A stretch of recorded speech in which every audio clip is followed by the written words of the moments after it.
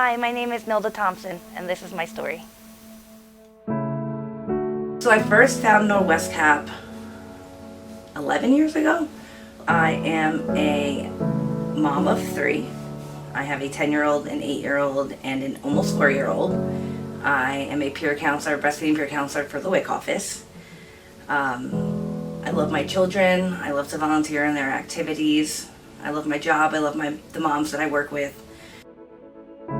So what I love about my husband is that he is very dependable. He's a great father. He's a hard worker, and he always puts us first. No matter what, Dean always puts us first. My 10-year-old is an absolute angel. He's very responsible. He's very sweet. He's empathetic. He's a great big brother. My 8-year-old is very sassy. She keeps me on my toes, and she's driven. She's ambitious. She's strong. And my little one is a goofball. My 3-year-old is silly. She is a jokester. She, loves to make everybody laugh, and she's kind of like when she walks in the room, she's there. She lets you know. So COVID definitely had a huge impact on our family. We were small business owners before COVID. Our business did not survive COVID. We suffered huge financial losses. Over the last year, trying to make ends meet has been difficult. Every month. It never ends. I just paid my rent, and I'm already thinking about next month's rent and whether or not I'm going to be able to make it. When we found out that we were going to have to leave our home of 9 years, when COVID happened, my landlord decided that he wanted to sell the home unexpectedly and surprisingly to us.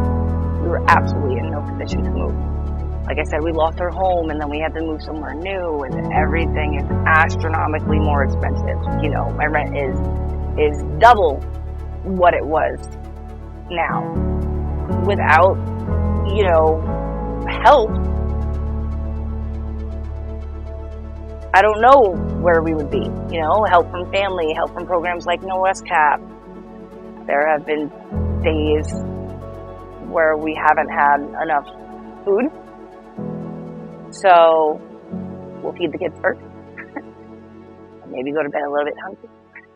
We're just good people trying to make it in a really expensive and difficult world. And I really want to provide my children these experiences, but at the same time, I have to keep a roof over their head. I have to keep food on the table. I have to keep the lights on.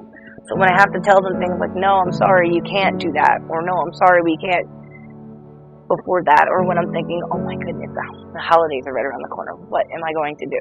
What am I going to do? I have absolutely no idea. And it's in those times that I just have to try to be resilient and know that this too shall pass.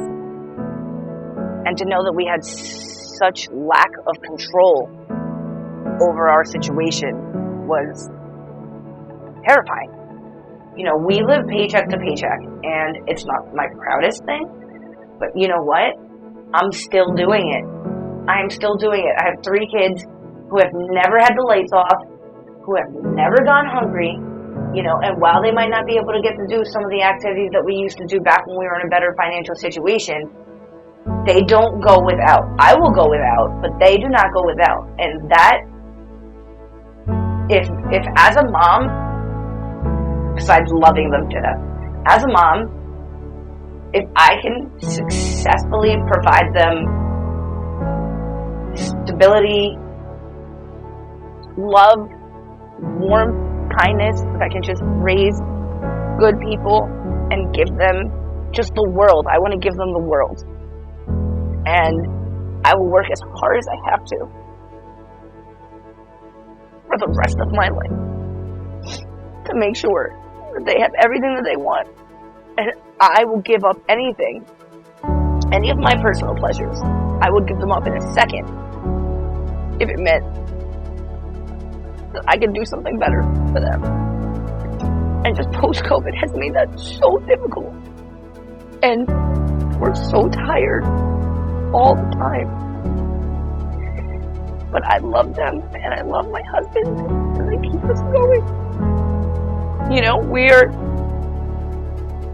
a regular family. So I want people to know we are a regular family. We're just like yours. My biggest goal for our family is that we get through this difficult time together and we all look back and say, wow, that was tough, but like we're tougher.